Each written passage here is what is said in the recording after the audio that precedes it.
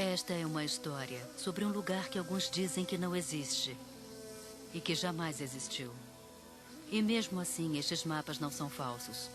Eles foram feitos em 1875, em 1929 e em 1945 e mostram um país chamado Palestina.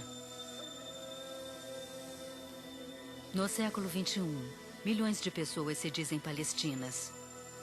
Não apenas como sua nacionalidade, Palestina é a sua identidade, sem a qual elas não seriam ninguém. A ideia da Palestina é uma causa pela qual homens e mulheres matarão e morrerão como mártires. Outros morrerão para provar que a Palestina não existe.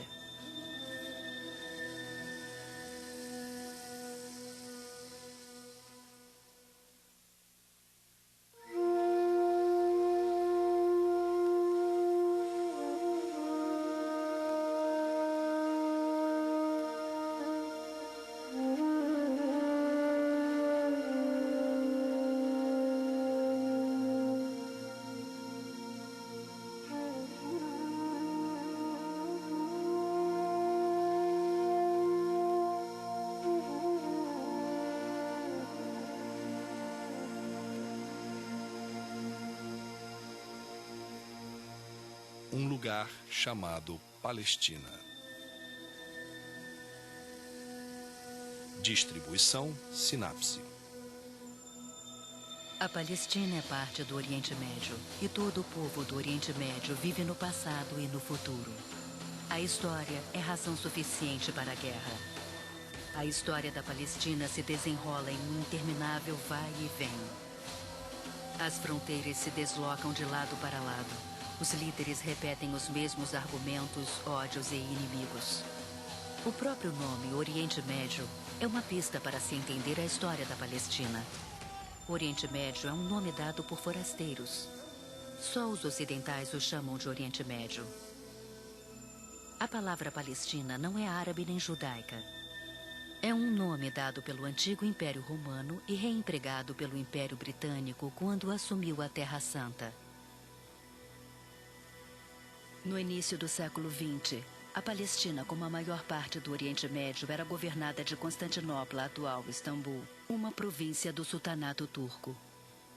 Na Primeira Guerra Mundial, a Turquia aliou-se à Alemanha para ser inimiga da Grã-Bretanha. Os britânicos insuflaram a revolta no Império Turco, incitando os árabes a uma guerra pela independência. O exército britânico armou e organizou os árabes, ensinando-os a travar uma guerrilha para apoiar uma invasão britânica convencional. Os britânicos prometeram aos árabes uma nação independente, um imenso estado unindo todos os povos chamados árabes, uma Arábia que iria comparar-se à Índia. E mesmo assim, enquanto a Grã-Bretanha plantava as sementes da nacionalidade árabe, fazia outras promessas. Desde o século XIX, os judeus vinham migrando para a Palestina para fugir da perseguição e para voltar à Terra Santa prometida por seu Deus, da qual os romanos os expulsaram em 70 d.C. Esta migração foi organizada em um movimento internacional conhecido como sionismo. Durante a Primeira Guerra Mundial, buscando desesperadamente os Estados Unidos pró-sionistas como seus aliados, a Grã-Bretanha prometeu um lar nacional judeu na Terra Santa. Em novembro de 1917, Arthur Balfour, secretário britânico de Assuntos Externos, escreveu aos líderes da comunidade judaica dizendo que a Grã-Bretanha apoiava o estabelecimento de um lar nacional judeu na Palestina. Nos anos seguintes, o significado do que ficou conhecido como a Declaração Balfour seria incessantemente contestado. A captura de Jerusalém pelo exército britânico em 1917, liderado pelo general Edmund Allenby, deu à Grã-Bretanha a chance de manter sua promessa.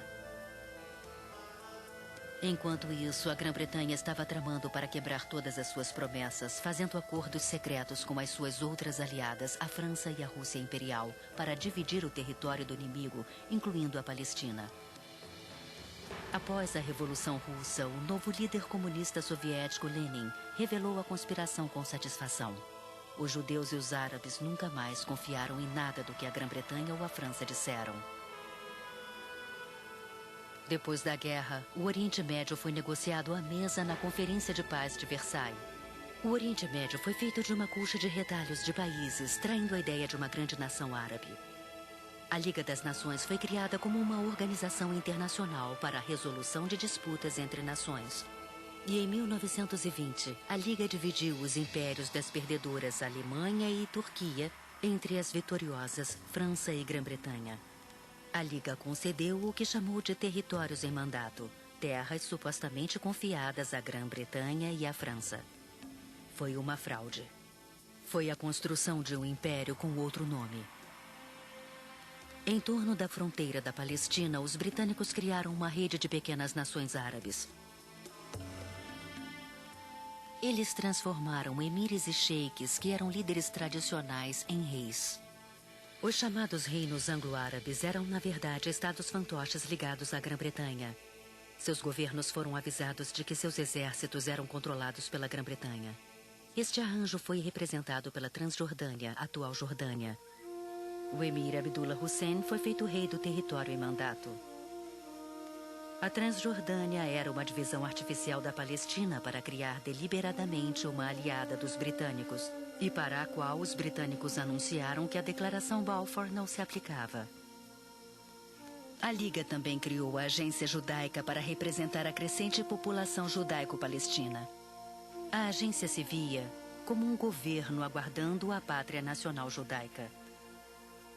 A Palestina em si era dominada diretamente pela Grã-Bretanha, como parte de seu império. A Grã-Bretanha estava muito orgulhosa de ser a nação cristã que tinha tomado a Terra Santa. Muitos britânicos viram a posse da Palestina como uma recompensa de Deus. Nos anos anteriores à guerra, uma bomba relógio da mudança de população estava armada na Palestina britânica. Em 1924, os Estados Unidos encerraram a sua política de imigração de portas abertas e os judeus voltaram para a Palestina, onde os britânicos permitiram então uma entrada sionista irrestrita. Em 1919, os judeus palestinos somavam 60 mil, 8% do total. Em 1932, o total era de 192.137, quase 20%. O sionismo misturou religião, história e cultura com desejo político e ambição.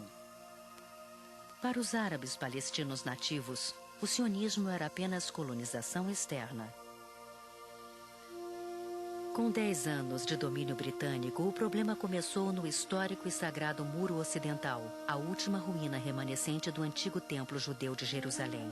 O muro é sagrado para os judeus, até hoje um lugar de orações constantes. O muro é contíguo ao grande local sagrado muçulmano, o Domo de Rocha, a Mesquita Al-Aqsa, onde o profeta Maomé ascendeu ao céu. O acordo foi de que os locais sagrados não deveriam ser alterados. Em 1928, judeus ortodoxos construíram uma tela para separar homens e mulheres que orassem no muro, inflamando os sacerdotes muçulmanos. Os britânicos tomaram o lado muçulmano e removeram a tela. Houve distúrbios. Um boato árabe dizia que os judeus estavam tentando tomar os locais sagrados. Isso não era só um ultraje religioso, mas também a realização dos temores árabes de que eles estavam sendo sobrepujados pelos sionistas. A agência judaica admitiu abertamente que queria aumentar a população judaica e tomar a Palestina pela força da quantidade. A Grã-Bretanha respondeu como normalmente faz, com uma comissão de averiguação. Um corpo dos grandes e bons para ouvir todos os lados e decidir o que deveria ser feito. Ele reportou em 1930 que a Palestina estava cheia e que não deveria mais haver imigração sionista. Isto dividiu a Grã-Bretanha. Em 1931, David Lloyd George, o primeiro-ministro britânico na Primeira Guerra Mundial, discursou em apoio ao sionismo, acreditando que a Grã-Bretanha deveria manter suas promessas. Os pântanos de malária foram convertidos em assentamentos felizes. O primeiro-ministro britânico da época, Ramsay MacDonald, rejeitou o conselho que havia pedido e anunciou que a Grã-Bretanha deveria honrar a Declaração Balfour. Amin al-Husseini, o grande mufti de Jerusalém, líder religioso da Palestina muçulmana, liderou a oposição à migração judaica, organizando ataques e demonstrações de força. Os árabes palestinos exigiram um governo árabe para a Palestina e também que a imigração parasse totalmente.